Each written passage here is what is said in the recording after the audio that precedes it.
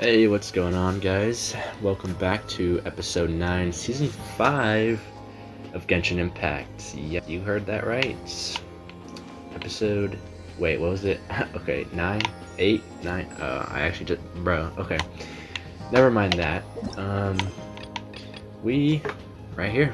Act 5 of Fontaine Finale. Final. Does that say finale? Yeah, it probably does. So, let's just go.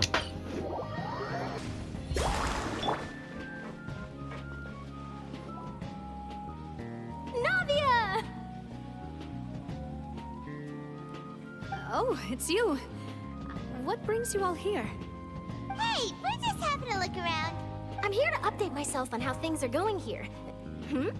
Oh, the Fatui are here too. Let me introduce you. This is Mr. Garunt Snežević. He represented the Knave in sending us a large amount of supplies, and is helping with our work. Our residents are hard at work as well. Thanks to everyone, work is progressing nicely. We've lost a lot of people, but we're moving forward. That will have to be enough. Hello, Miss Charlotte. I'm a big fan of yours. I especially like that article you wrote last year about Fontaine's stray cats. But if you don't mind, could you not emphasize our role too much in your report? It's not charity we're doing here. We just happen to share the same interests as Despina. I get where you're coming from. I'll keep it as simple as possible. Or would you be willing to feature as friendly neighbors? That would be fine. Thanks. Oh, you're back too. How are things? We finished laying down the construction materials. It'll be another hour before the workers are able to go over there. Huh? You're here too, Clarence? Well, her reputation's greatly risen after that whole duel business with Miss Farina. So she's here in Poisson to wait out the heat. All right. She really came here to help me out. There's too much to consider in the reconstruction of Poisson. The Spina has need of more decision makers. And, well, I do already happen to be connected to Mr. Callis. Oh, wait just a moment. Do you mind me asking a few questions? You know, about how you felt before the duel, about what it was like facing down a god. There's lots of exciting material there, I bet. Forget it. I'm sure you can find a better theme than that, Miss Charlotte. I see you're the same as always. Couldn't you do me a favor, for Navia's sake? Well, if we're talking about doing things for my sake, you might as well just take a few more photos of me. Or of the Traveler. It's better than wasting time persuading Chlorand at any rate. Of course I will. I'm not gonna let her off that easy. All right, then everyone who wants to be in the photo, gather up. And smile.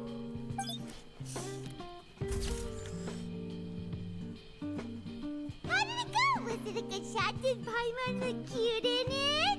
Not bad. Your addition really helped the composition of the picture. All right, hang on a moment. Let me snap a few more shots. All right, that should do it.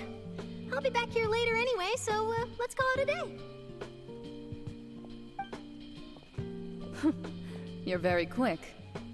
Speed is of the essence when it comes to the news, and freshness is the key. Also, not to brag, but I'm pretty good at building connections. Who knows? I might eventually get that interview with you after all, Miss Chlorand. Wow, you really do have that never say die spirit. I'm impressed. I'll hazard a guess that this is how you got that interview at the Fortress of Meripede. Whoa, you're well informed. Let me make a guess too. I asked Sijuin, who told Monsieur Nervillet, and he told you, right?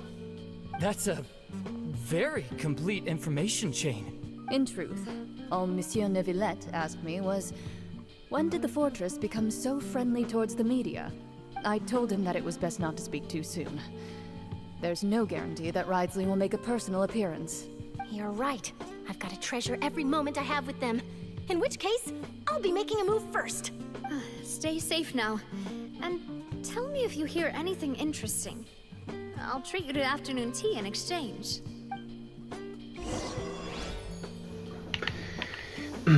But yeah, guys, last episode was insane.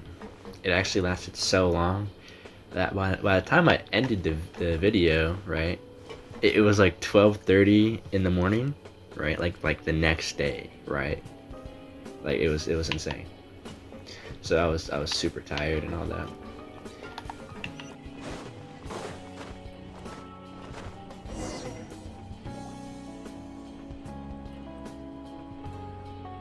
Wow, guess we're here again, huh?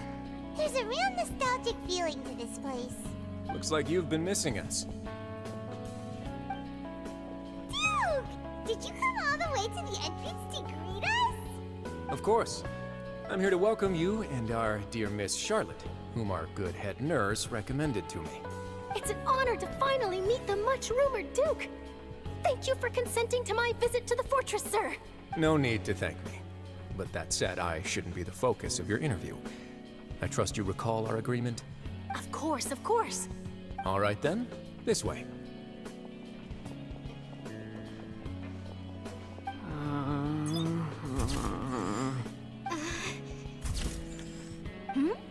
Hey, no need to be so nervous. I've already taken all the photos we need.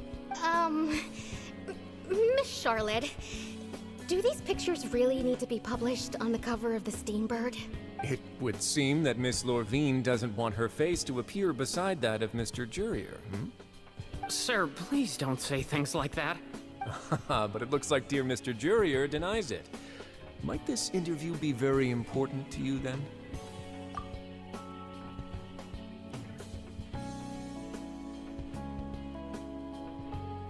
No, I just... This is my first time being interviewed, and I'm very thankful to the Steambird for... Now, I might not look it, but I actually did meet Mr. Edwin once. And I'll be honest, I enjoyed chatting with you more. You've definitely got more of that genius vibe going on. The boat that brought about a miracle, the ark that saved the people. Why, you recreated a myth back there, like an emissary of legend.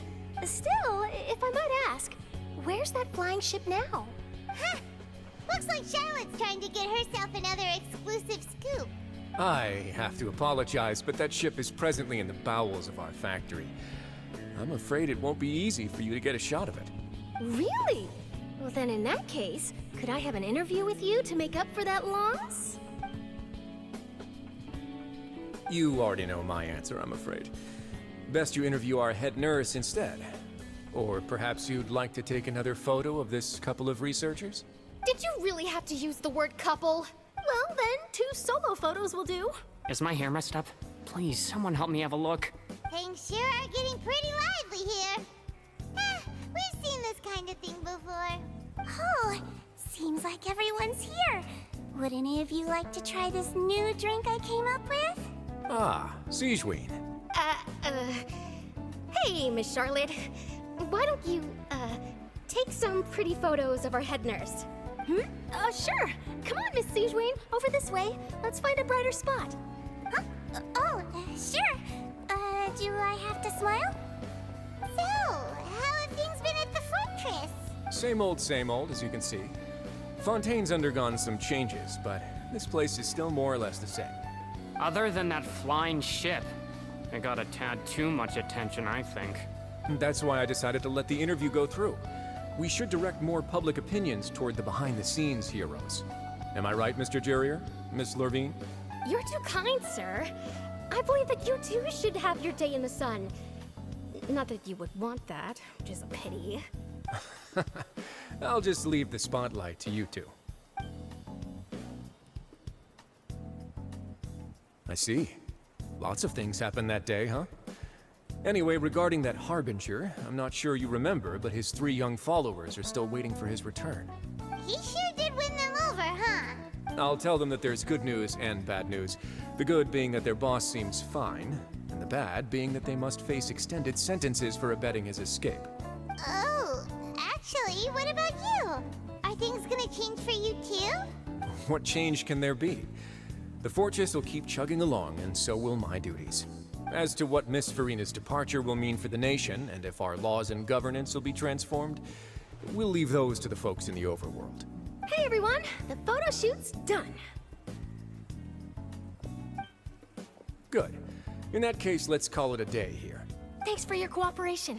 Come on, Traveler, let's go. Till next time, everyone. There'll be a next time? Maybe. Who knows? I might write a story about the underwater factory next time. Until then. All right, last stop, the docks.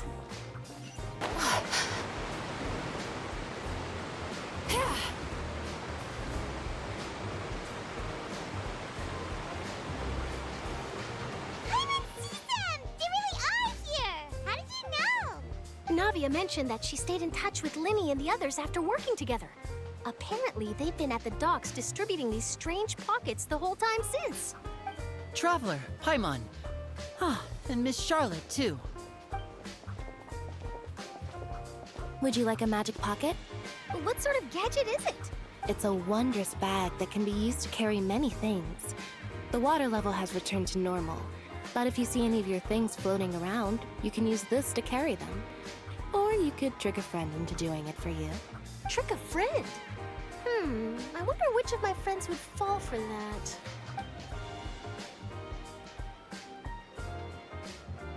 You could just make a friend like Fremine here. Isn't that right, Fremine? Is this what you meant by, I'll help you make some more friends? To be honest, that sounds pretty sweet. Could I have your contact, please?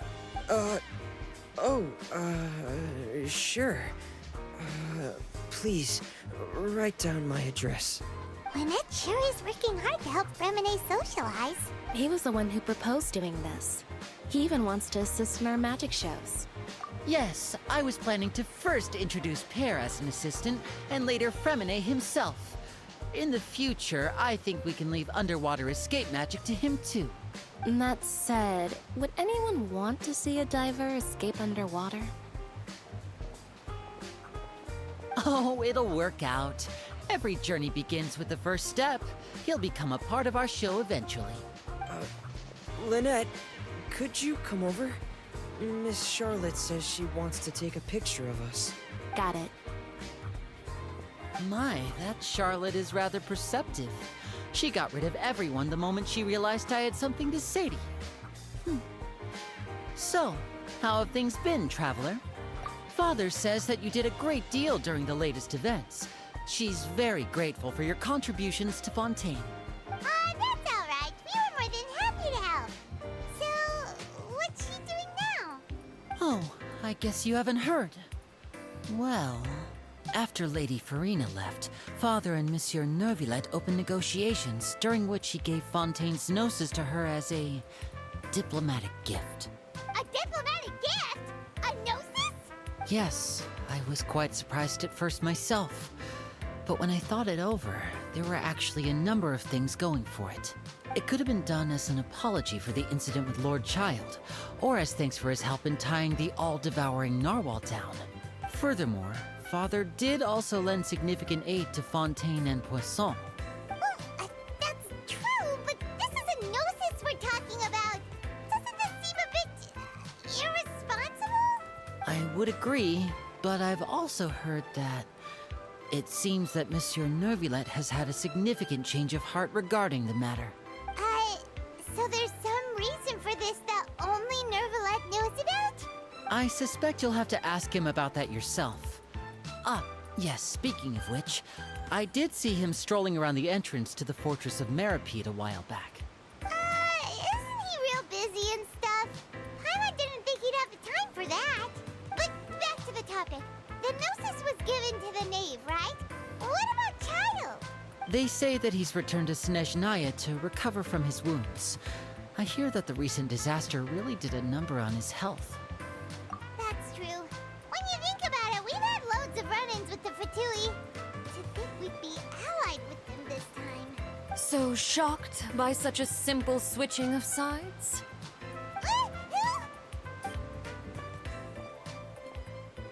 Father! Well, what do you know? Come to the docks to see how my children are doing and meet the Traveler by chance. Please do not pay my accomplishments in Fontaine too much mind. I would have done them regardless. Are you going to take the gnosis back to Snezhnaya? That is our duty as harbingers, yes.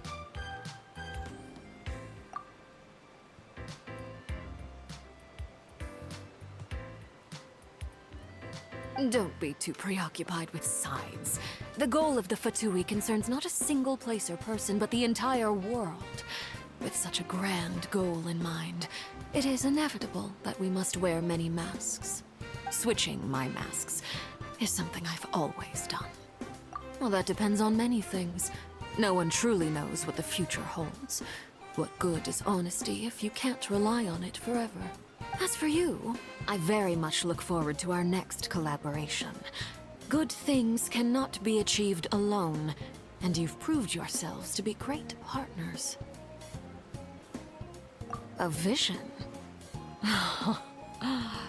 All right. I'll remember to return it. Thank you for keeping it safe for him this entire time. And that's a wrap for me. Huh? You're... Greetings, Miss Journalist. Hello. If I'm not mistaken, there are diplomatic channels I'll need to report to take a photo of you. That is correct. So forgive me, but I will not be able to serve as a subject in your article. However, feel free to write as much as you'd like about our dear magicians and our upcoming rookie talent. I will. The sea breeze is quite pleasant. I shall continue my walk while the weather remains so agreeable. Farewell. Farewell, Father. Oh, she has such an intimidating presence. I didn't even dare to take a picture. Thankfully, I've already wrapped up all my pre-scheduled interviews. Thank you all. This'll be more than enough for me to write about, I'm sure. Don't be too nervous. Why don't you take a magic pocket before you go? Here, Traveler, Paimon, you take one too. To move things about? That's right. Funny. I was giving out magic pockets when we first met too. And what do you know? I'm doing the exact same thing right now. So many things have happened, but the pockets are still the pockets. I guess this must be life. We will all follow our own paths, and serendipity will lead you to your fated friends. All right then. We'll be handing out pockets in some other districts later, so we'll get going now. Have a good day, you two. Well, guess we sent Charlotte, huh? Shall we go see what Neverlette's doing? As long as he's not so busy that he doesn't have time to chat anyway. Rev the engines! The entrance to the fortress! Ooh, he really is there!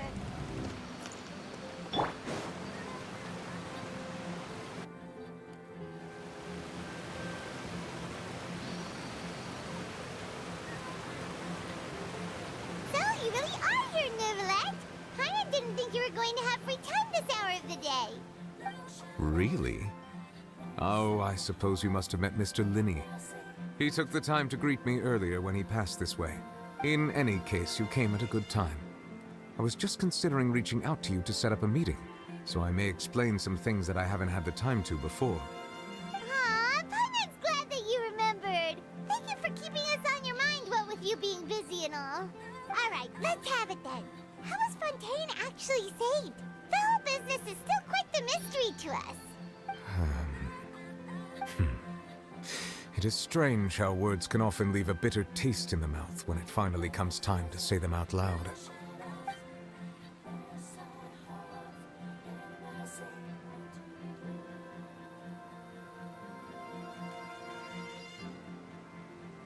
Whoa. So that's what happened? Focalord destroyed the divine throne of the Hydro Archon and restored your power to you, transforming you into a fully fledged elemental dragon sovereign. But Paimon still doesn't quite get what you did to save the Fontainians from dissolving. For me, the authority of the ancient dragons refers to absolute control over the hydro element.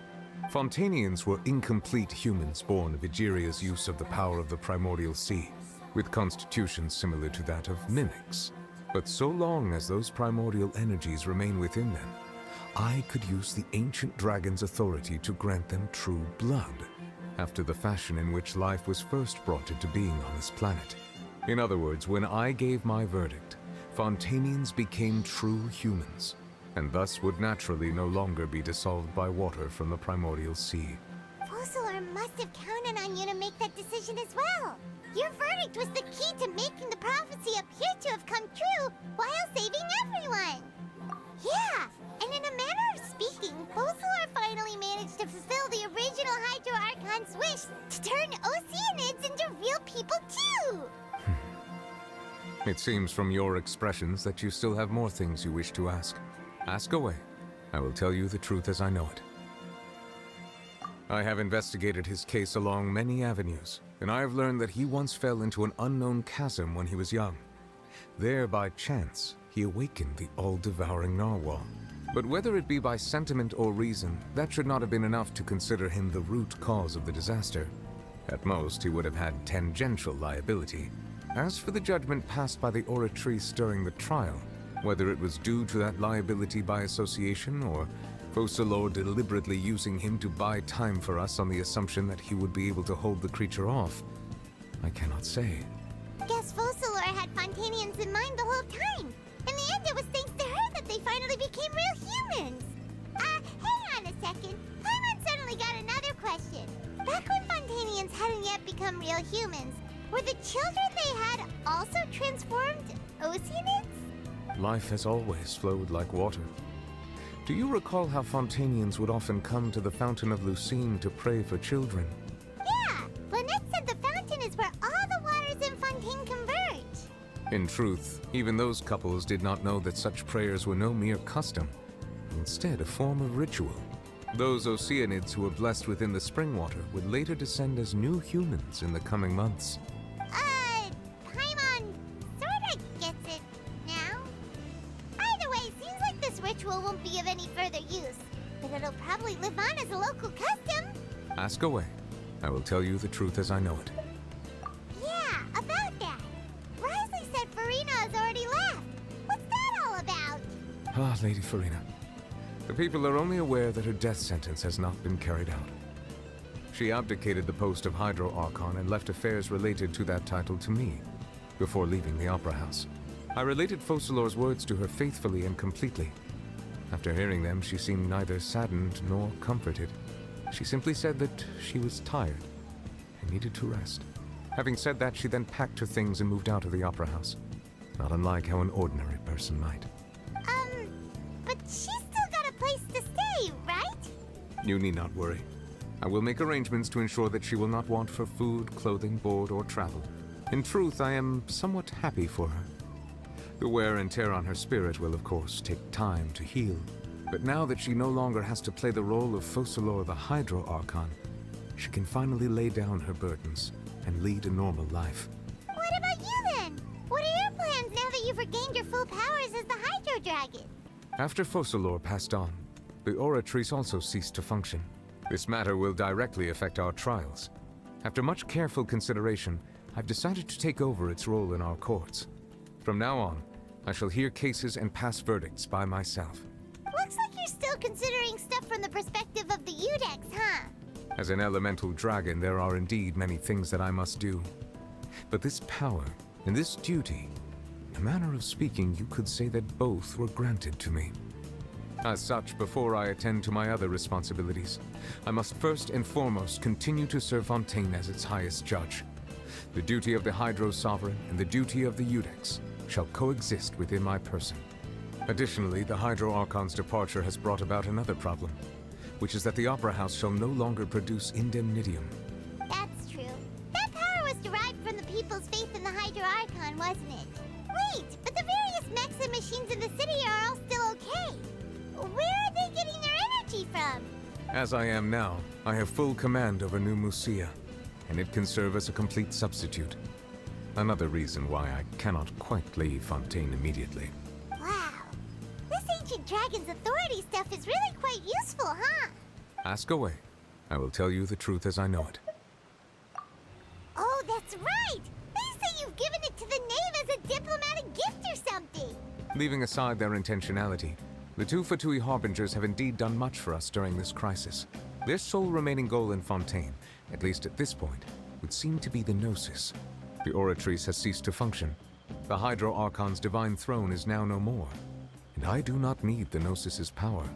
As such, it has lost all meaning for Fontaine. If the Fatui have impure designs, we might as well accede to their request now and avoid unnecessary conflict.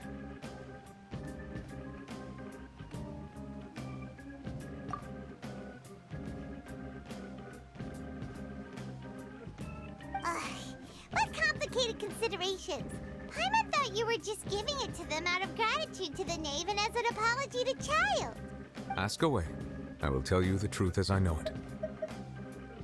You will soon be heading to Natlan, I presume. I'm afraid that I have little talent as a travel guide, so all I can do is tell you what I know about that land. As far as I'm aware, Natlan can be said to be a nation of dragons. A nation of dragons? You mean like you? No, I suspect that I would not find myself welcome there. Unlike ancient dragons such as myself, the dragons of Natlan have undergone long years of development and evolution. Large numbers of them have entered a form of coexistence with humanity. Natlan is also the nation of war. War ravages those lands like an undying flame. There is one other piece of information I got incidentally from my negotiations with the Knave that I believe may be useful to you. The Harbinger known as the Captain has thrown his hat into the endless ring of war. Captain. Sounds like a real tough customer. Seriously, everywhere you look, there's a Fatui Harbinger doing their thing. I suggest that you fully prepare yourself before going to Natlan. In the meantime, Fontaine's doors will always be open to you. Ask away. I will tell you the truth as I know it. Hang on a sec. Paimon's still got a question about the Gnosis. When we spoke to Lenny earlier, he mentioned that your attitude towards giving away the Gnosis had clearly changed. We guessed that there might be some reason for it that only you were aware of. No wonder the House of the Hearth is the Fatui's intelligence division. They are certainly sharp. So regarding this specific issue, I was just getting ready to share something with you. What is it? In truth, I exchanged some further words with that lady named Skirk after sending you two back to the surface. It went something like this.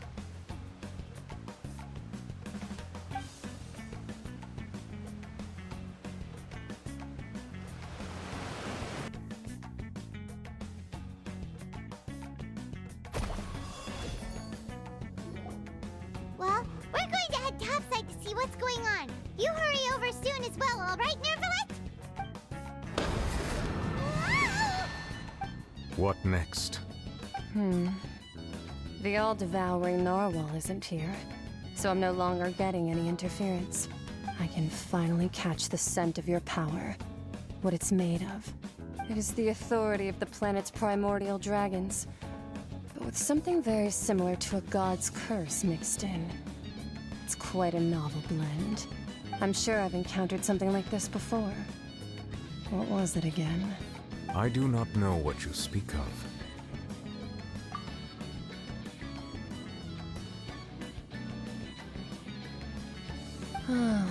Of course. How could I forget? You should have the remains of the third descender on your person, yes? Remains? I've never heard of any such thing. According to your parlance, I believe it may be called a gnosis. Well, that much is true. After Focalor's divinity faded, she handed her gnosis to me. But I fear I have never heard of it described in the manner that you just did. I've been training with my master, the Foul, ever since I was young, and I have never returned to the surface since. So most of the information I possess, I got from him. It is only natural for those who are greater than humanity to possess a different sort of common sense, which is why there are so many problems in our attempts to communicate with humans. Regardless, you should probably get rid of objects of misfortune to prevent any disasters from befalling you. To live in itself is a blessing. But once a person dies, the bonds he once had with this world shall all turn to curses. What do you mean by that? No need to fret. These are just my personal thoughts. And my reason for no longer wishing to return to the surface. This third descender you refer to, who are they? And when did they die? Master never mentioned them to me. Perhaps it just wasn't that important for me to know. If you're interested, though, I could ask him. I'll be sure to pass the answer on to you next time. Next time? You believe we will meet again? I do. Wait. I have a disciple of my own, don't I? He can be the messenger then.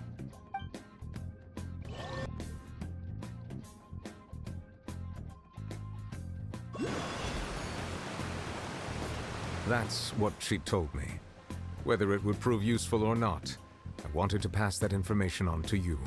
The remains of the third descender? So that's what the Gnosis actually are. Paimon just thought they looked like chess pieces. How could they be a person's remains? All the same, assuming that there was no misunderstanding or special metaphor at play, that is what she meant to say. And she said that it would bring misfortune and that you should check it, which is why you gave it to the Fatui. If she speaks the truth, then I would simply be putting Fontaine at unnecessary risk by keeping it here.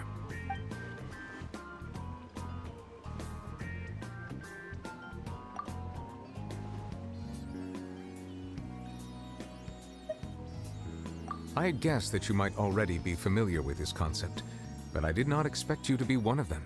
That means that the Gnosis, which are exceedingly element compatible and can even enhance elemental abilities, do indeed come from the third descender.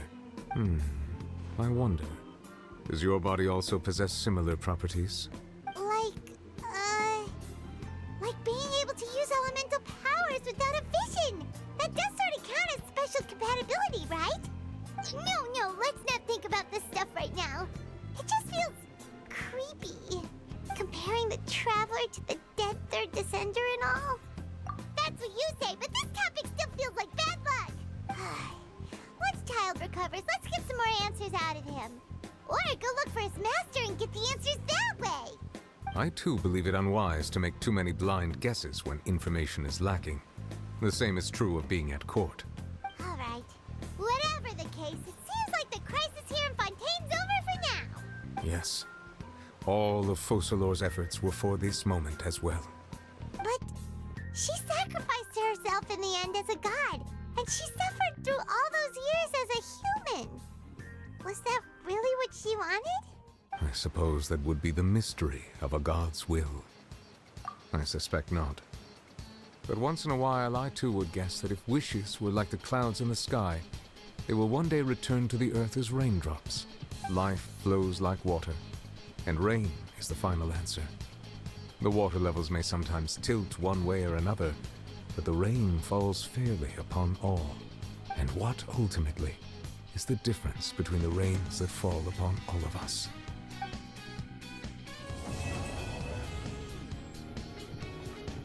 Act 5 complete.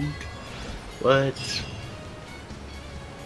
Alright, let's go figure out what this even is. Enable focused mode. Yes.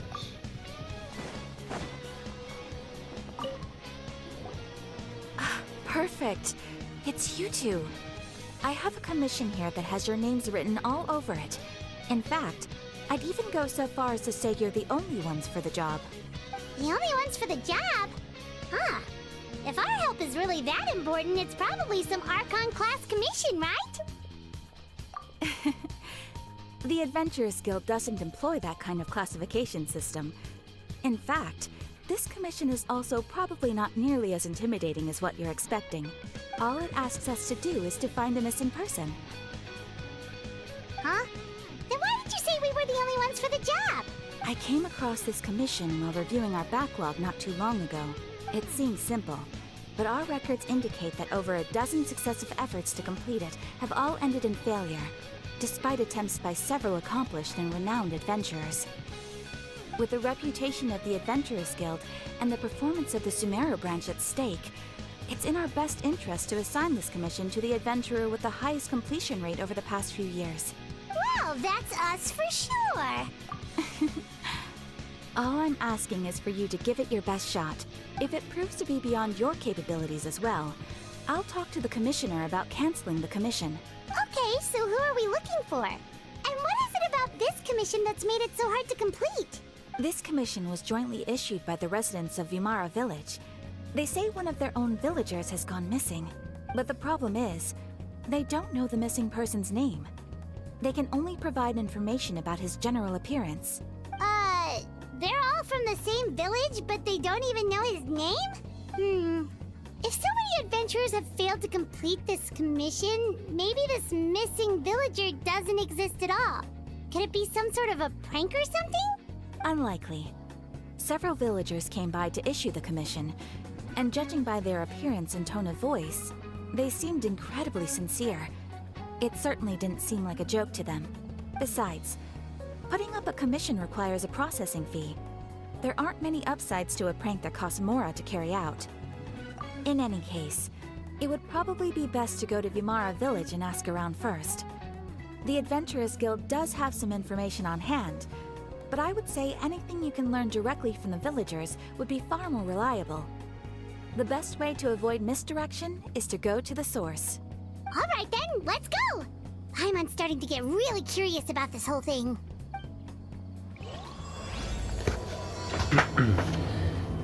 Chapter 4, Act 4?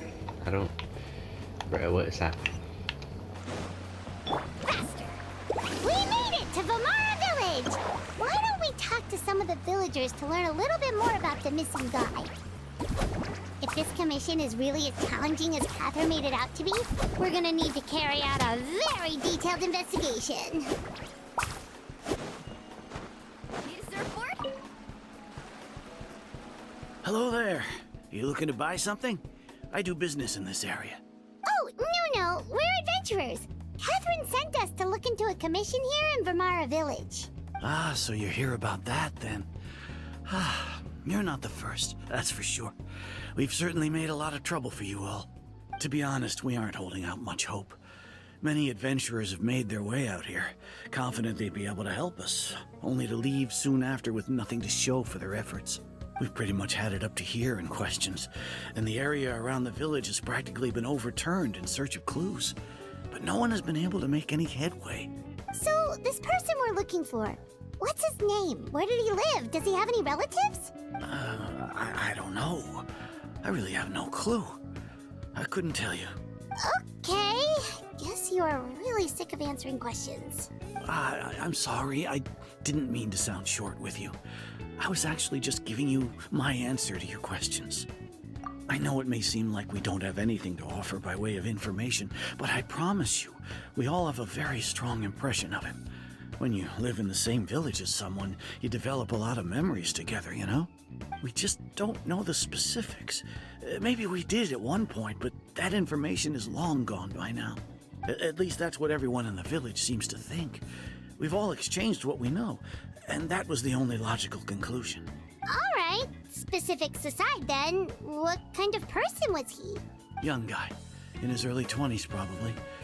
Incredibly kind sort of person, always willing to lend a helping hand. I chat with him when I didn't have any customers. I even saw him stick out his neck for others on more than one occasion. Very interesting guy, that one. Now that you've started talking about him, you don't seem nearly as down in the dumps as you did before. Seems like he left a pretty good impression on you. But of course, everyone in the village is pretty fond of him. We wouldn't have issued that commission otherwise. There aren't many young people like him nowadays, so genuine and pure. To think that he just up and disappeared one day. I just hope nothing bad happened. Could he have just moved away without telling anyone? No, he's not the type to leave without saying goodbye. And anyway, moving away without being seen by a single person in the village? There's no way he would have been able to manage that. Huh. Alright, thanks for the information. We're gonna go ask around some more.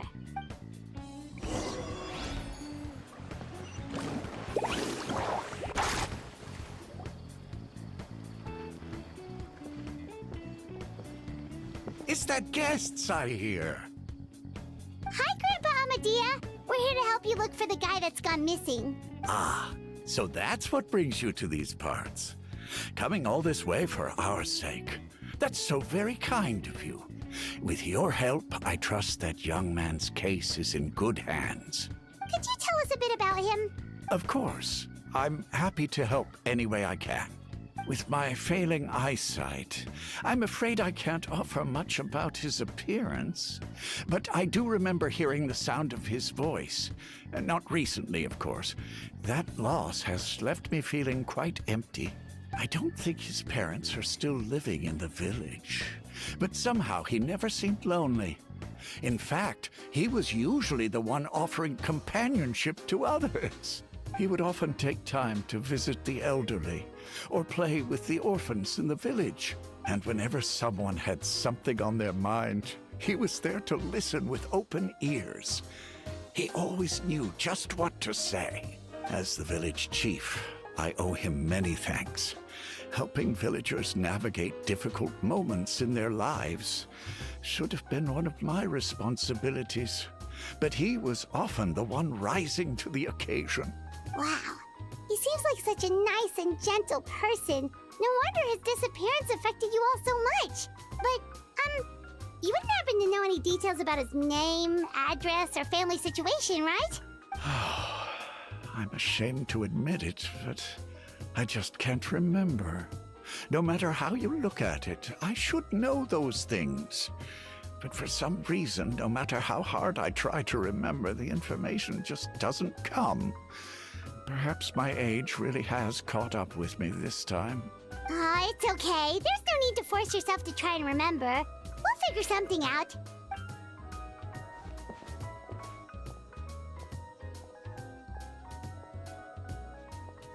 Well, Traveler, what do you think? I don't think so too. Like, the name thing. It's so weird that no one remembers his name.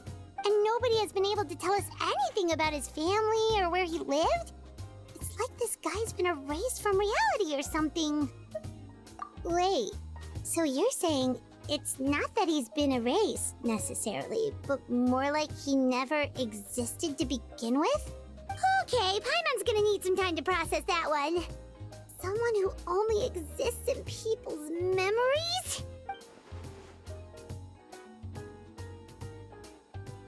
You two are the adventurers who just arrived, right? You're here for the Vamara Village Commission? Yep, sure are. We were just looking into the case. I'm so glad to hear that. Thank goodness you haven't given up. I've been so worried the Adventurers Guild might cancel our commission. My name is Atosa, by the way. I grew up here in Vamara Village. Anyway, I just wanted to say, please keep searching for a missing villager. I'm begging you. You have to find him. Yeah, no need to worry. We'll give it our best shot. So, were you close to the missing villager? Are there any leads you can give us? I'm not sure this counts as a lead, but follow me. There's a place I'd like to show you.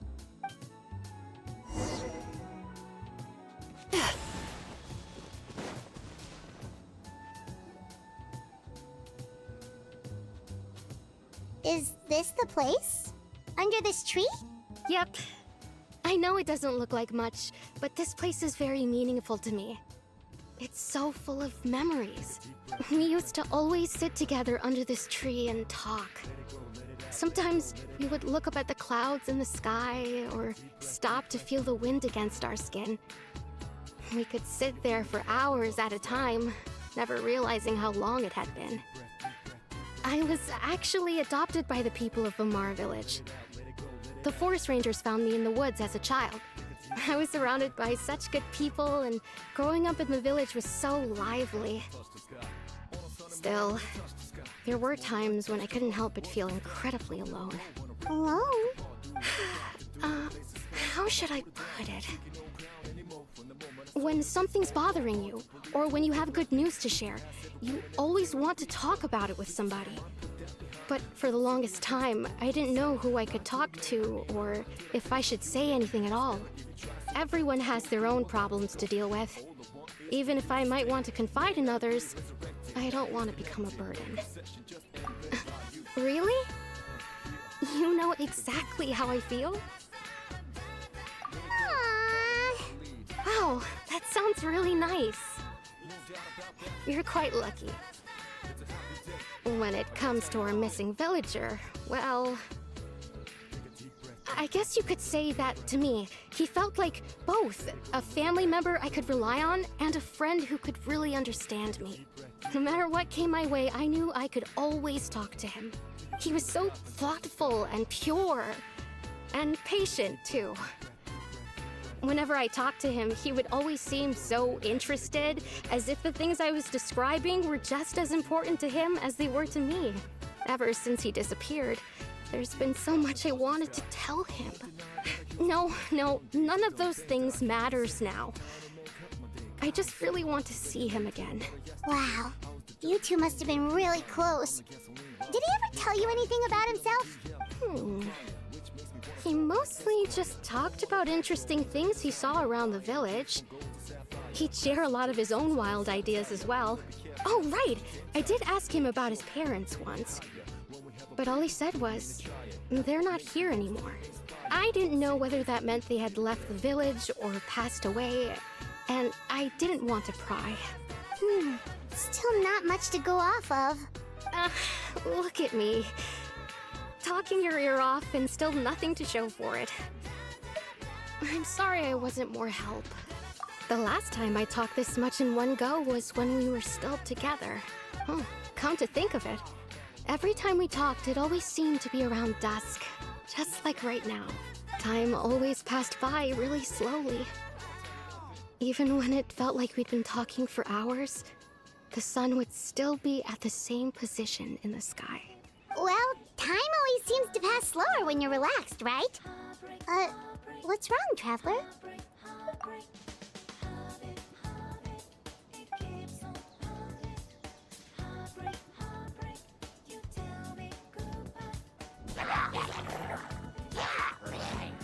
Hey, look at those hilly trails over there.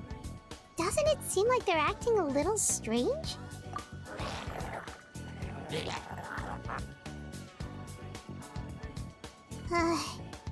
The Abyss Order. Could they be the ones behind all of this?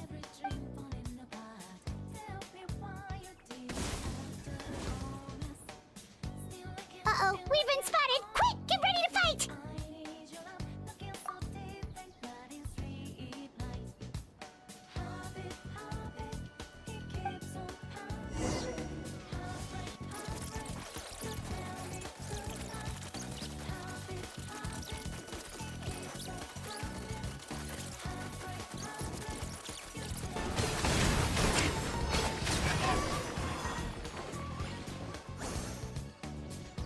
Thank you so much.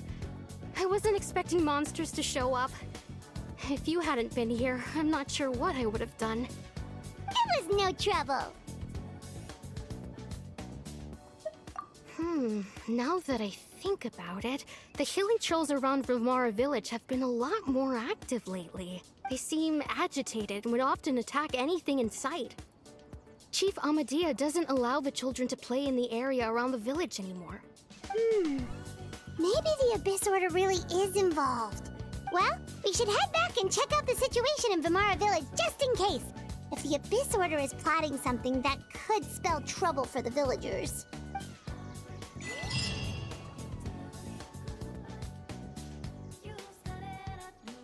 Wait a second.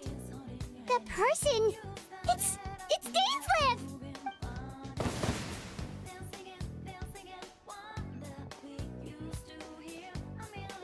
Ah, it's you two.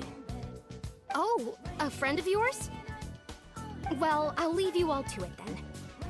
I should head back to the village and check up on Chief Amadea and the others anyway. See you later. Yep, see you later, Atosa!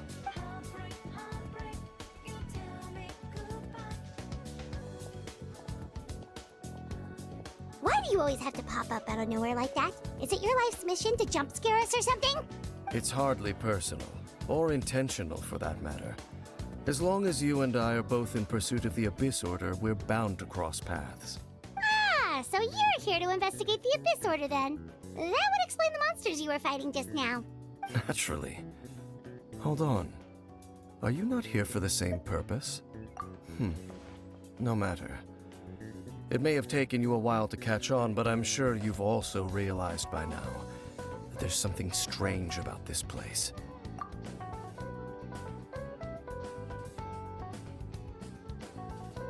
The Abyss Order is most certainly planning something in this area. Or worse, their plan could already be in motion. So you think the Abyss Order is behind the Hilly Trail activity in the area? As things stand, I highly doubt that is their primary motive. I would imagine the increased hilichurl activity is merely a byproduct of whatever it is they're really trying to accomplish. Still, the hilichurl activity is causing a lot of problems for the people here. We should stick around for a while and protect the village, don't you think? The best way to protect them is by figuring out what the Abyss Order is truly planning. That is how we prevent further tragedy. And you shall have them. I never intended to hide anything from you. Don't worry. There should be ample time to talk.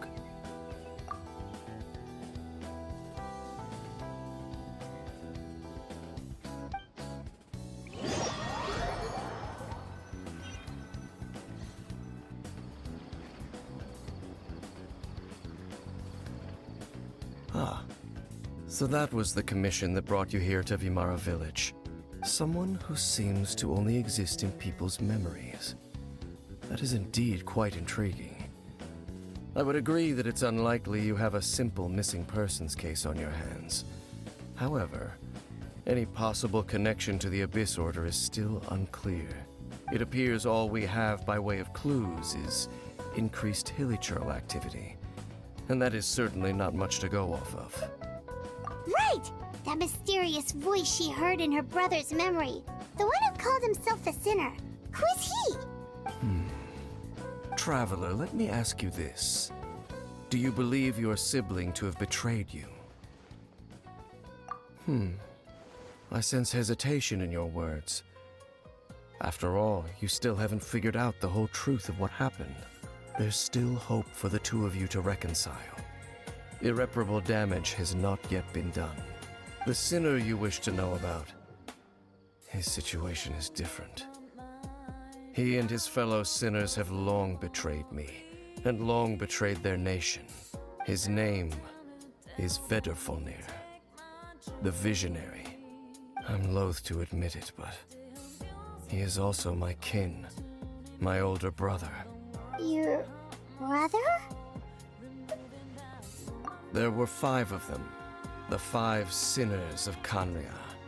The wise Roptatir, the visionary Vedrfolnir, Gold Rhindaughter, the foul Sertaloji, and Rehir of Solnari, Rerir. No matter how eroded my memory may become, I will never forget their names. One day, I shall have my vengeance. Wait, some of those names sound really familiar. Rhindaughter is the one who created Albedo. Sertaloji is Skirk's master. And the one we just learned about, Dane's brother, Vedrfolnir. If he was the voice of the sinner, then the one who inspired Clothar to create the Abyss Order was him.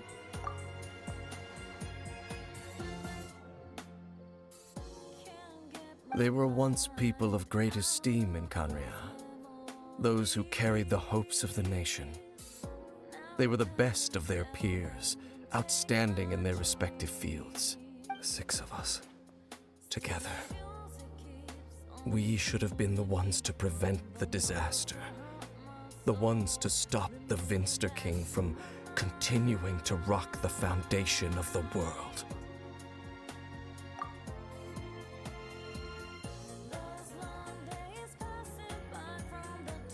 Yet, deep within, the 5 of them craved something more.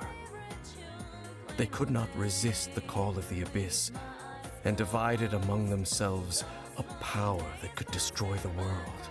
So they became sinners, but also transcendent beings, each in possession of world-shattering power. And when the cataclysm occurred, not one of them stood up in defense of their nation. Not one came forward to prevent the tragedy. And for that, they shall never have my forgiveness. Indeed, if they are not stopped, the day is sure to come when they will also betray the entire world. Of course, as I said, I never intended to hide anything from you. So, Dane, what have you been looking into all this time? I've continued to investigate the questions surrounding the Loom of Fate. It's been quite some time since the initial operation was launched.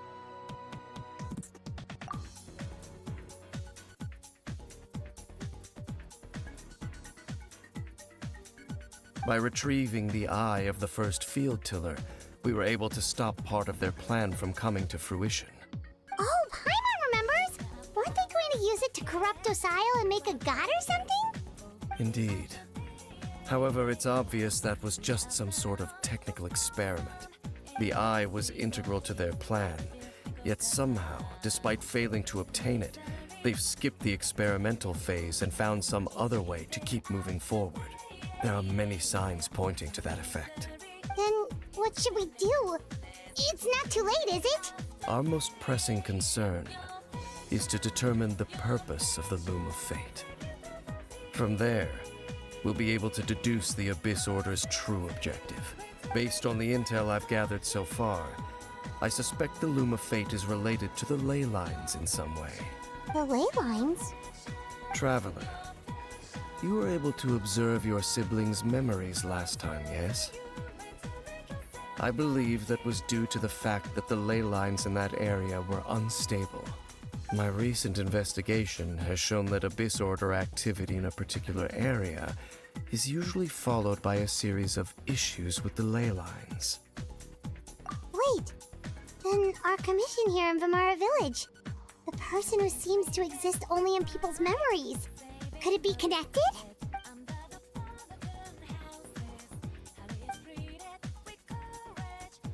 It's certainly possible. I'll join your investigation tomorrow. This missing persons case could very well turn out to be the key to unraveling these mysteries. Well, if we're teaming up with Dane again, we're gonna need all the energy we can get. Let's try investigating somewhere a little further away tomorrow.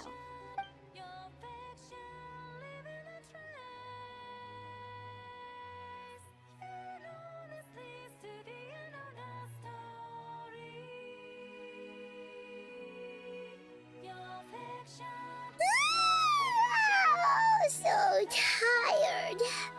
Paimon used way too much brain juice yesterday. It's all Dane's fault saying all that complicated stuff. Well, let's go find Dane. We've got a lot to do today.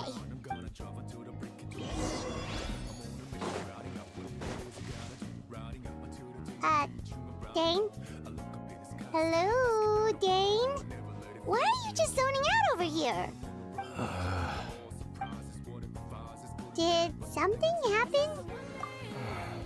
The missing person from your commission. Could you describe them to me?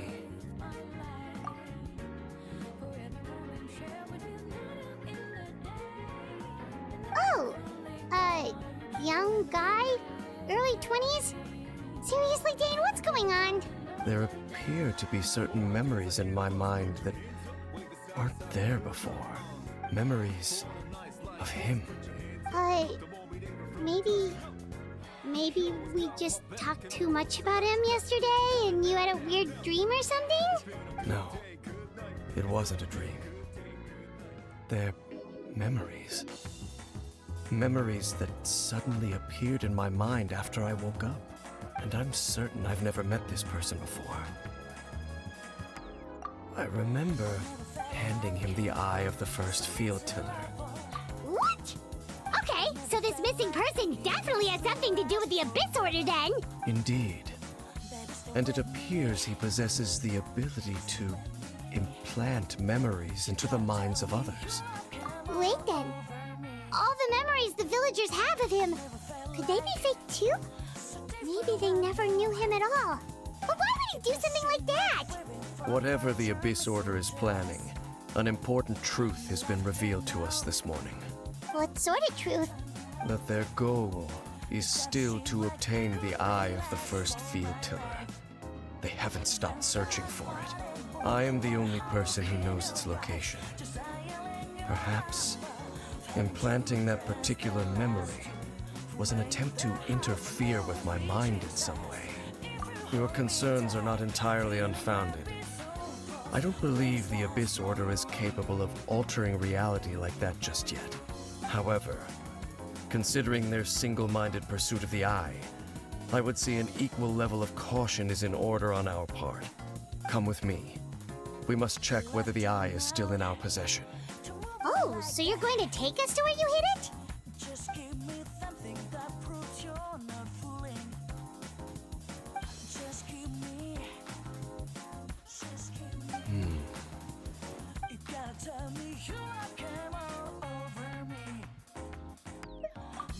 yours.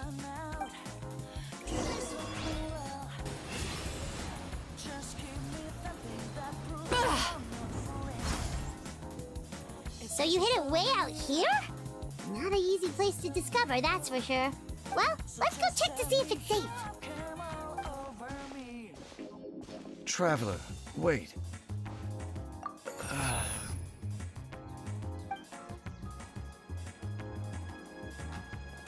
We've no time to lose.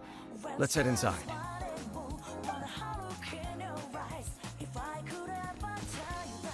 Hey, wait up!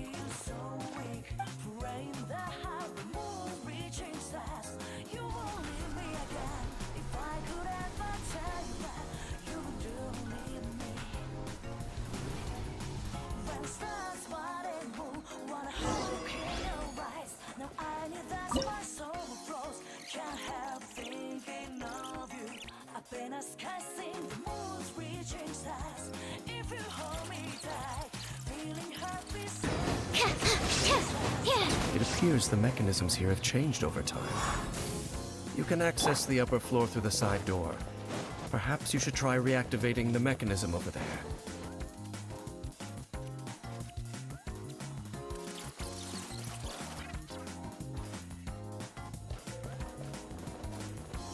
Make sure all the runes are pointing in the direction indicated by the light. That should unlock the mechanism.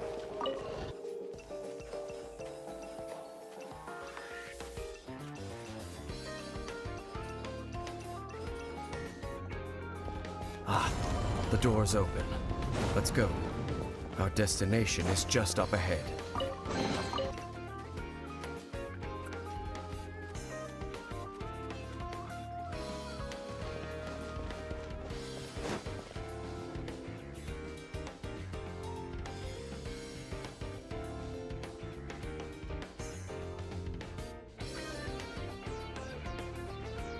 Looks like we can't go any further.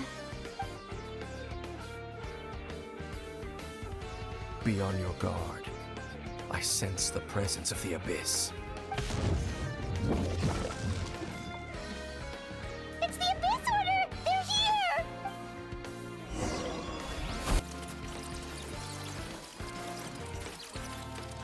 Absorption test! Just as I suspected. The false memories were a trap. The Abyss Order just wanted to follow us here. Now that they're in the vicinity, we should have a chance to see... Dane? What's wrong? Can you feel that? There's been a disturbance in the ley lines. It must be the work of the Abyss. Wow, you must be really sensitive to that sort of thing. Paimon doesn't feel it. You too. Do as I say. Use that mechanism over there and leave this place. The Abyss Order is putting something in motion. If you return to Vimara Village, I suspect you might finally have the opportunity to locate the missing villager. Just think of it as a way to divide and conquer.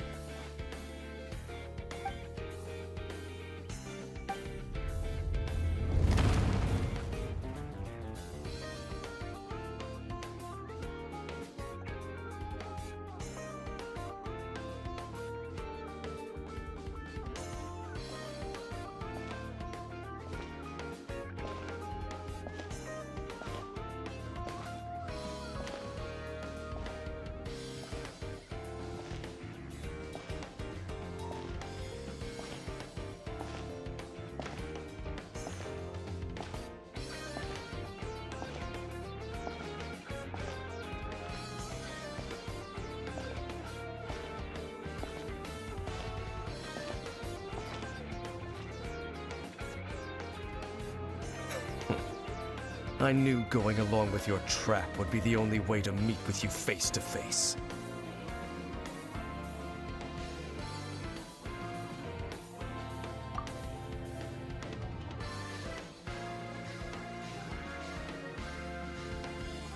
You risked your safety, and that of the Eye. That's quite the gamble, Dainsleif. But I believe that I am the one walking into a trap laid by the Twilight Sword. So you came here all on your own? What about those followers of yours? When the Twilight Sword is prepared for battle, any army I could send would only be marching to their doom. Better that I face you alone. I know you must have a lot to say, but if it's a conversation you want, you'll have to defeat me first.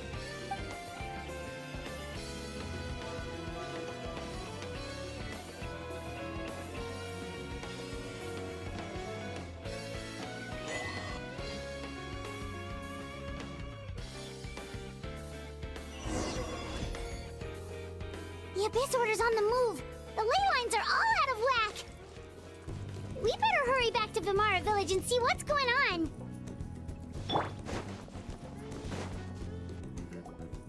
Hey! Look at those hilly trails over there! Weren't they acting super agitated just a little while ago? Why are they so calm all of a sudden? In the New World, they bade farewell to the shrouded sun. At last, they no longer needed to dwell on their suffering, or try to differentiate between various thoughts of blasphemy. Such was the price they paid, and thus their souls became cleansed and pure. Did you hear that? What was that sound just now? It sounded so gentle. Could that voice be comforting the hilly trails in some way? Oh, this is weird. Let's check if this is happening anywhere else.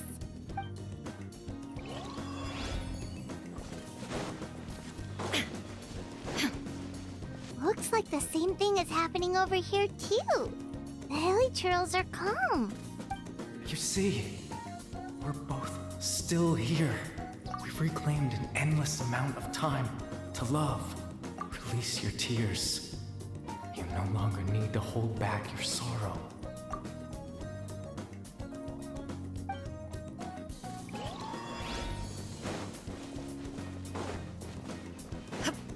Over there. It looks like they're sleeping. In the end, he whispered softly, "Sleep well, Father. Sleep well, my beloved people. When you awake, that which differentiates us shall be no more." It almost sounds like a poem or some kind of story. Well, now that the hilly trails have calmed down, Vimara Village should be safe at least. Let's put this situation to the side for now. Dane said this might be our chance to find the missing villager, so we should head back to Vimara Village before it's too late.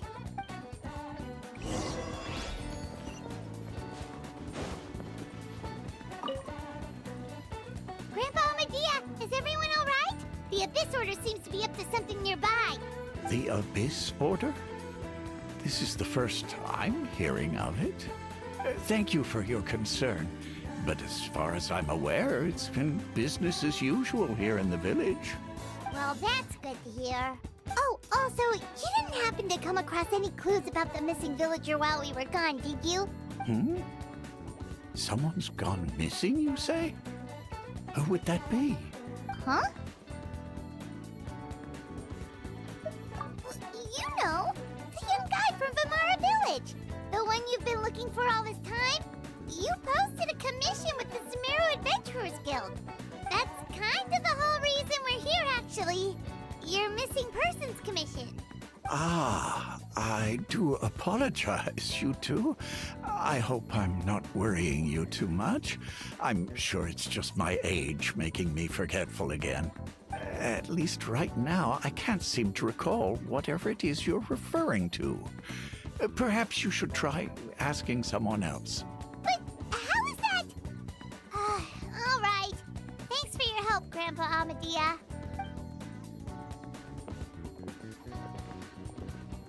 Something's definitely not right. We just talked to Grandpa Amadea about the missing villager. There's no way he could have forgotten all about him just like that.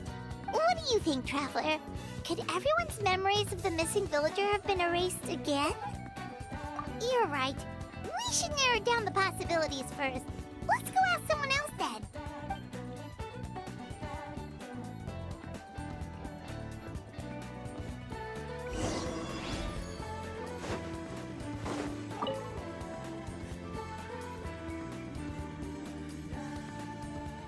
Someone's gone missing?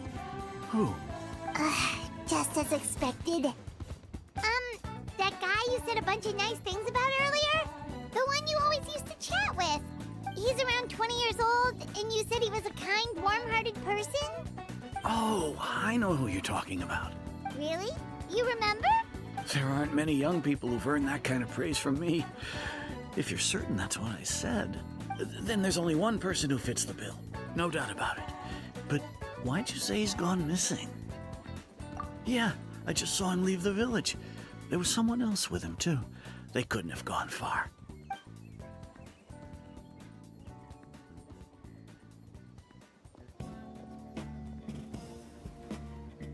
Strange. Bayram seems to remember him. And apparently he just saw him? Do you think maybe it's not that there's something wrong with people's memories, but that we've somehow returned to a time before he went missing?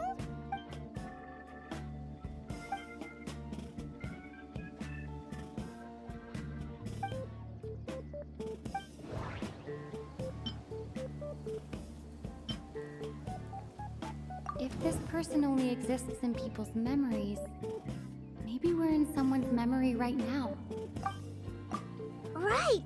Paimon totally forgot about the leyline disturbances. We're in someone else's memory. Just like how you entered your sibling's memory last time. That would also explain why we seem to be at a time before he went missing. It's a memory after all. Right. If he's someone who only exists in people's memories, then we're finally on the same turf. But didn't Bayron just say that he saw him leave the village with someone? Where should we go look for him? Who knows how long this ley line disturbance is gonna last? We might not have that much time and we don't even know whose memory this is. Good idea! That'll help us narrow things down. We pretty much figured out that the missing villager has the ability to... Right! That! Could we try to figure out more about him using what we know of his ability? Like, does it maybe leave a trace that would somehow give him away?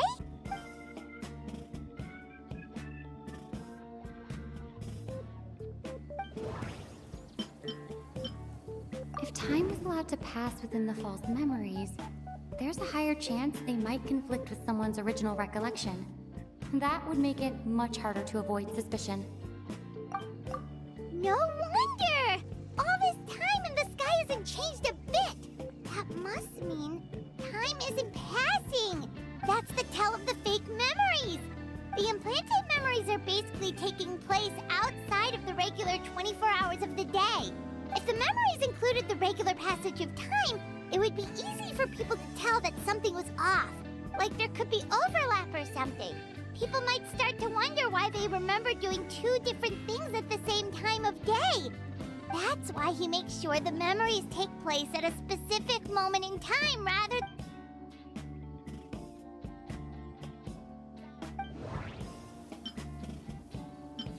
We thought Chief Amadea forgot about the missing villager, but it turns out we're at a moment in time before the village issued the commission. No. The color of the sky coincides with the moment in time she described. Oh, right! That's exactly what Atosa described! Come to think of it, every time we talked, it always seemed to be around dusk. Just like right now. Time always passed by really slowly. Even when it felt like we'd been talking for hours, the sun would still be at the same position in the sky. Yep, that has to be it! This is definitely Atosa's memory. Yeah, that's where they'll be!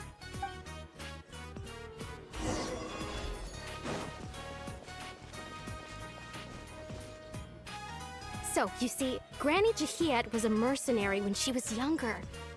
She just talks like that out of habit. She's not trying to scare the children on purpose. Oh, there I go again. Always talking about my own things. Do you maybe have anything you want to share? It's okay if you don't. You could also just talk about what you think of me? Oh, I think you're an incredibly strong and thoughtful young woman. You'll meet many amazing people and live a very happy life. You won't miss someone like me. Huh? Are those your friends over there?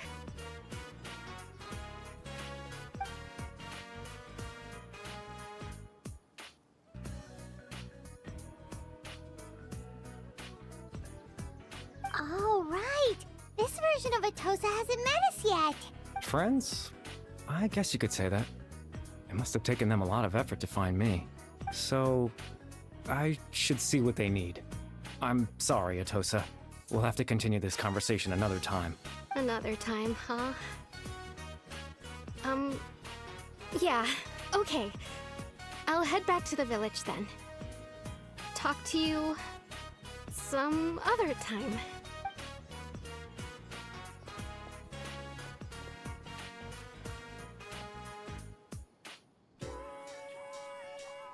It's nice to see you, Traveler.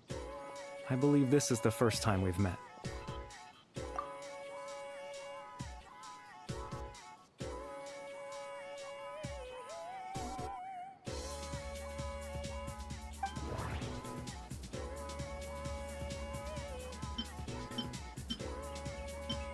The founder of the Abyss Order.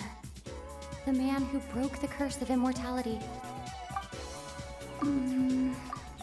Born into abject sorrow, he shall now become the Loom of Fate.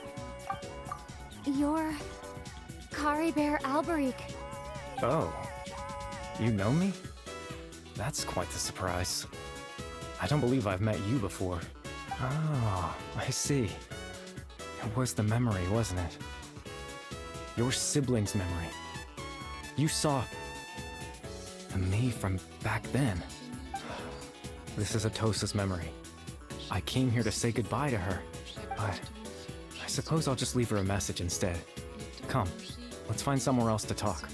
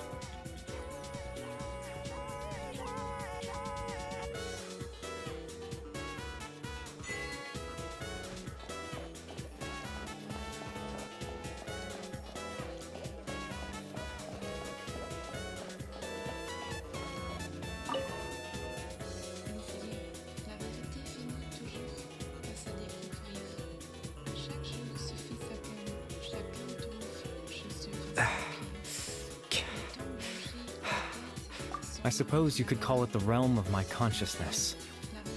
I'm someone who no longer exists in the real world, after all. As you well know. It's nothing. I still have enough strength to play the part of a good host. I've always hoped that I'd get the chance to talk to you like this.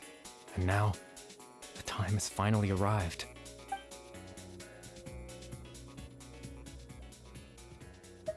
Extreme sorrow and pain. Hope and regret coursing through your veins.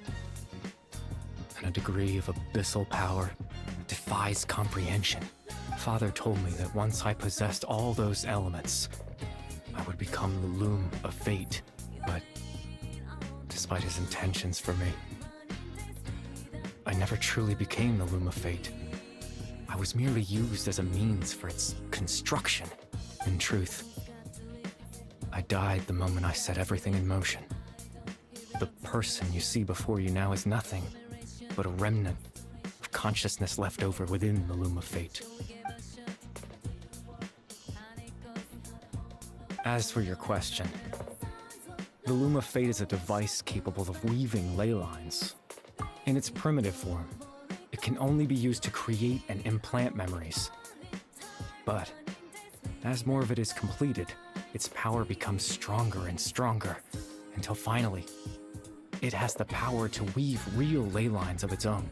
Once fully completed, the moment it gains the power to weave ley lines, It loses the lower level ability to influence memories, but it also becomes a tool that can change the entire world. Yes, I have the ability to control the loom in its semi-completed form. I suppose you can think of it as a form of compensation. After all, its existence cost me my life.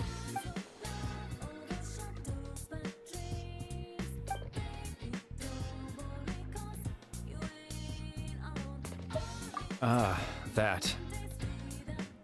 I was wrong to implant those memories. I'm sorry I caused so much trouble. Not only for everyone in the village, but for you as well. I just wanted them to feel like I once existed in this world. As if I had a chance at life.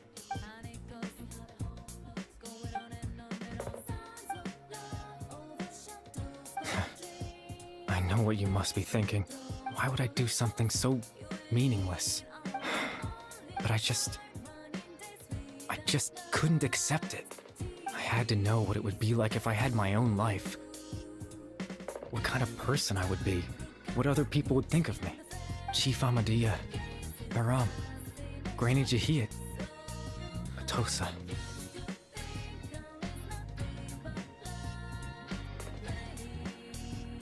What would it be like if I could live alongside them?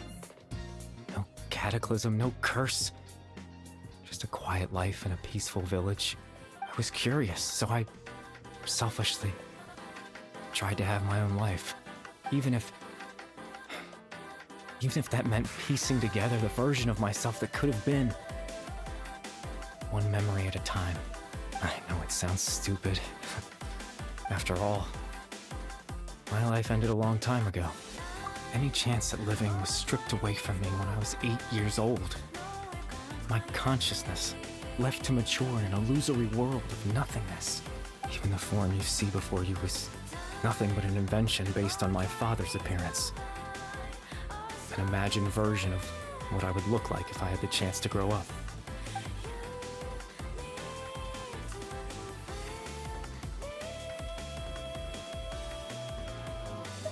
I know. But there's nothing I can do to make them find me. If I could exist in the real world, I would return without a second thought and surprise them with the suddenness of it all. But, well, that's not possible for me.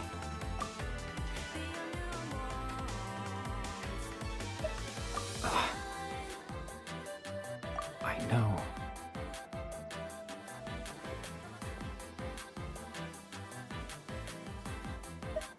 Captain Dainsleif. Twilight Sword, you mean? No need to meet up with him. Things should already be settled on his end. Exactly. As someone who could only exist in people's memories, the fact that I'm able to talk to you in my consciousness like this can only mean one thing. The Loom of Fate has already been completed.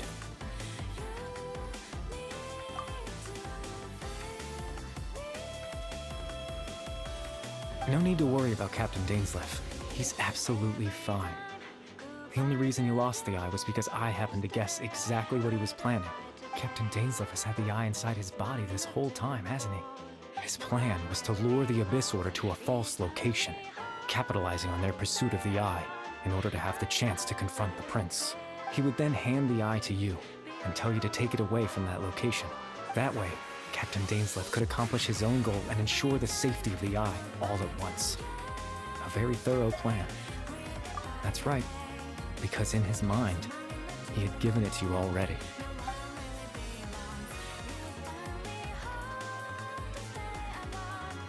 Before you two entered that false location. Traveler, wait.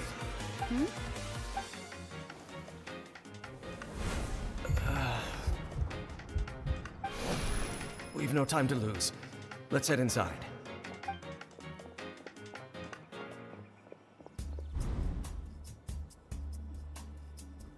That was when I implanted the memory of him handing you the eye. Given the tense situation at that time, Captain Dainsleif failed to notice anything out of the ordinary, and took that memory to be real. I'm sorry, Traveler, but I needed the Loom of Fate to be completed. And to do that, we had to retrieve the eye.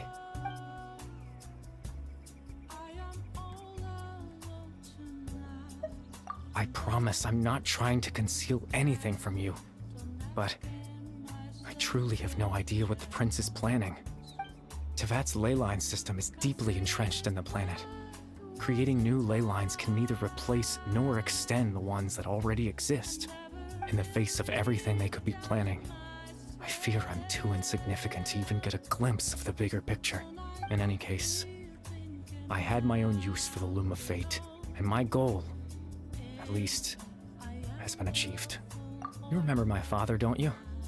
Clotar Alberic. I believe you saw him in your sibling's memory, after he used the power of the Abyss to restore consciousness to my hilichurl form.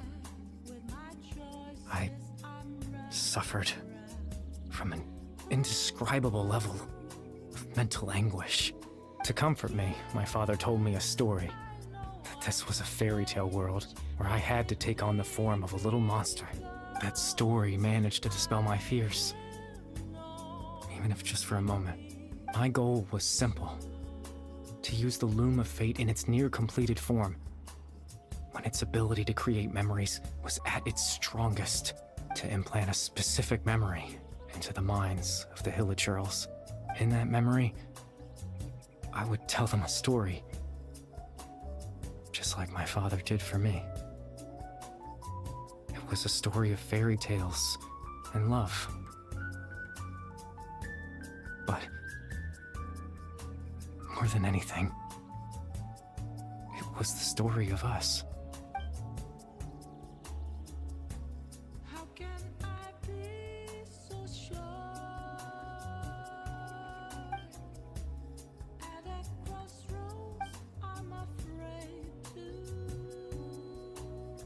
I can't change the world.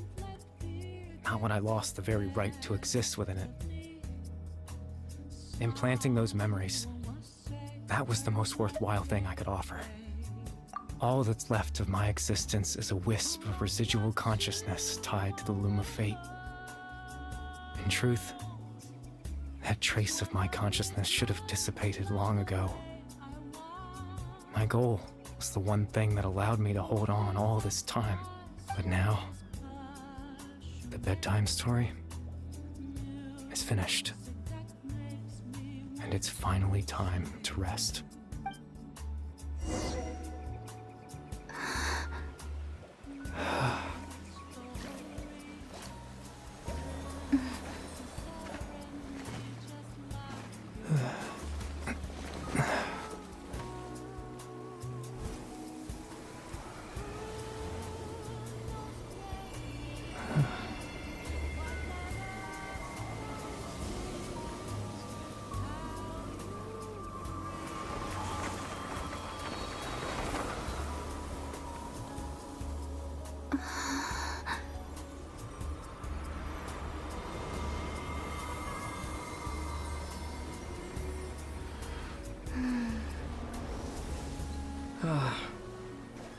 Looks like I was too late to see Kari Bear one last time.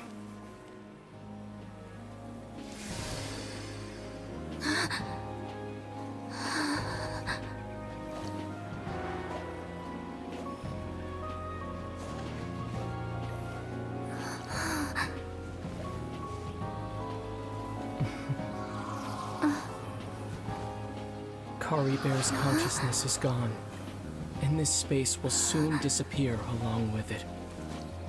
Neither of us belongs here. That's why we're not tangible. Were that not the case, I'd love to hug you too. Well, how about a conversation?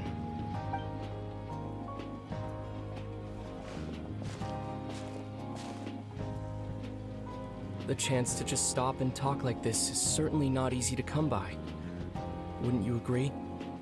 That battle earlier was tough. The one against Dane, I mean. I didn't expect that after everything, he would still hesitate to raise his sword against me. Were it not for that, perhaps I'd still be no match for the Twilight Sword. Even after 500 years. The Loom of Fate, huh? I still haven't found a way to utilize it to its full potential.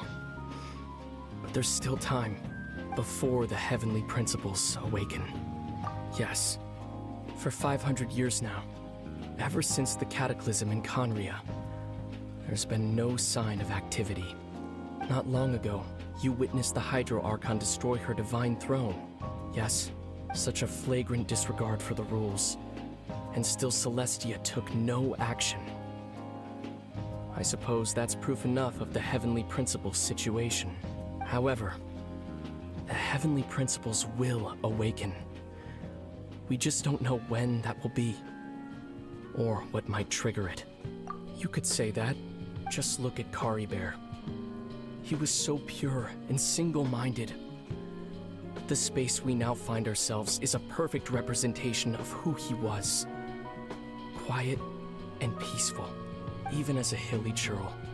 Seeing the terrible sight within the mirror wasn't enough to taint his spirit.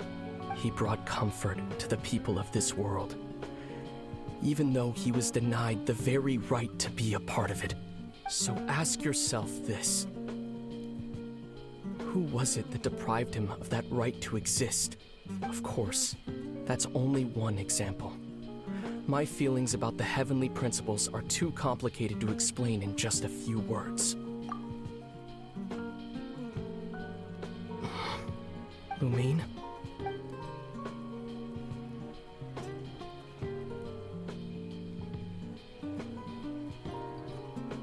You're the only one in this world who calls me that. There's so much I wanted to ask you. But for some reason, I'm not interested in asking those questions right now. There's just one thing I have to ask. One thing I could never understand. Why? Why can't we continue our journey together?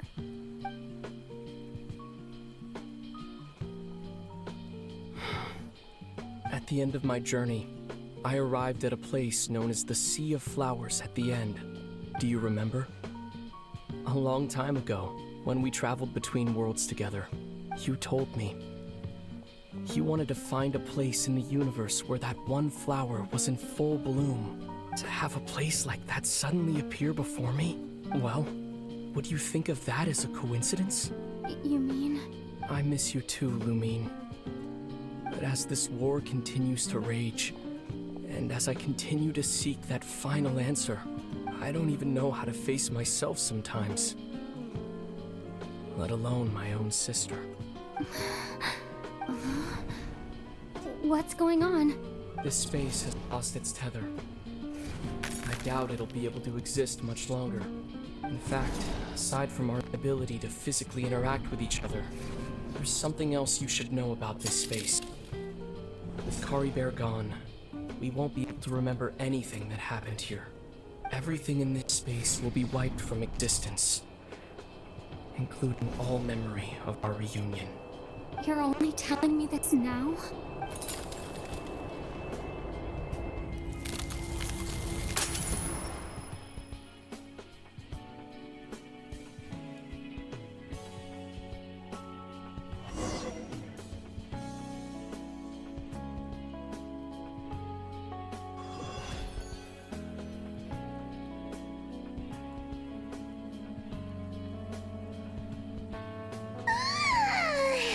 Still so sleepy. Paimon's head feels all fuzzy. Oh, Paimon woke up a little earlier than you, so Paimon will fill you in. The villagers said that they saw us sleeping near the village yesterday. They couldn't wake us up no matter how hard they tried, so they decided to just bring us back here. Oh, and Dane came by just now. It looked like he was injured. He didn't say anything, though. Just made sure that you were all right and left. Kinda seemed like he had a lot on his mind, but that's Dane for ya. Let's think for a second. We were in that memory, and we saw that guy you called Kari Bear. He was the missing villager that we've been trying to find, right? And after that, Paimon doesn't remember what happened. Wait, really? What a score!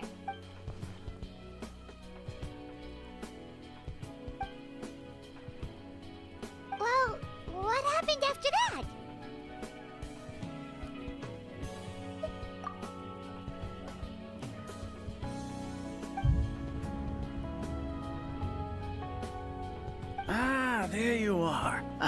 Sleep well? Bayram, you sure seem happy. Did something good happen? Something good? Huh. Wasn't anything good or bad, I'd say.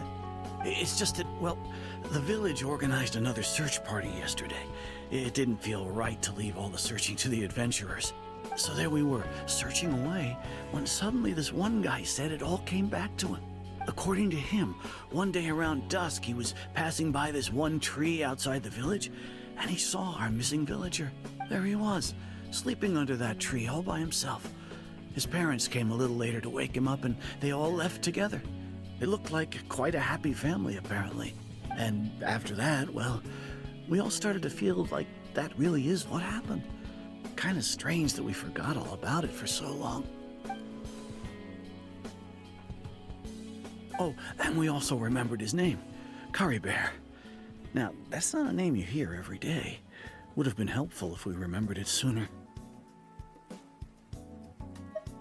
Well, I hope he's happy wherever he is, and we're all relieved now that we know what happened.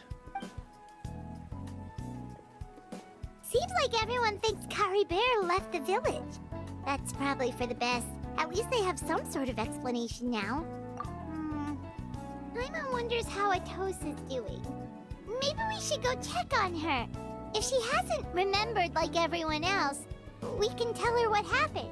Paimon didn't see her in the village just now, so she's probably at the tree. Come on, let's go talk to her.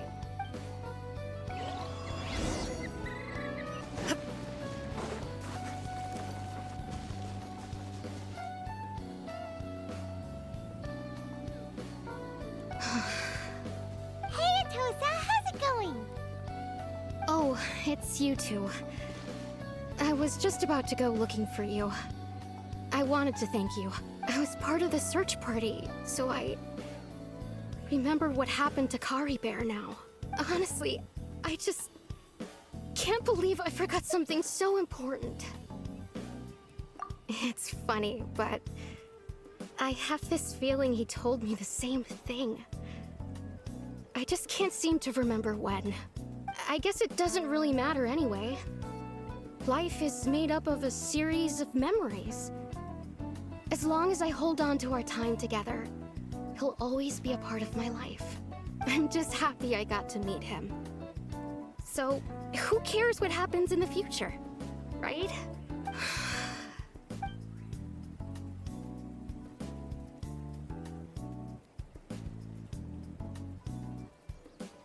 Okay, I'll admit, I'm just putting on a brave face.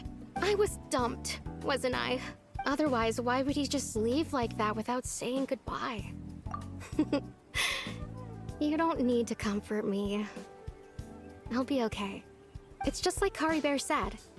It's the things we overcome that make life more precious. And you know, if he has a heart, maybe he'll come back and see me one day. Anyway, thanks for all your hard work, you two. I promised I'd help Granny Tahiyat with something, so I should head back. Goodbye! Well, that should be it, right? Everyone's lives can go back to normal now. Oh, right! Weren't you about to tell Paimon what happened after your conversation with Curry Bear?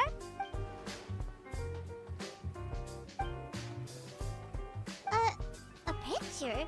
Where'd that come from? Let Paimon see!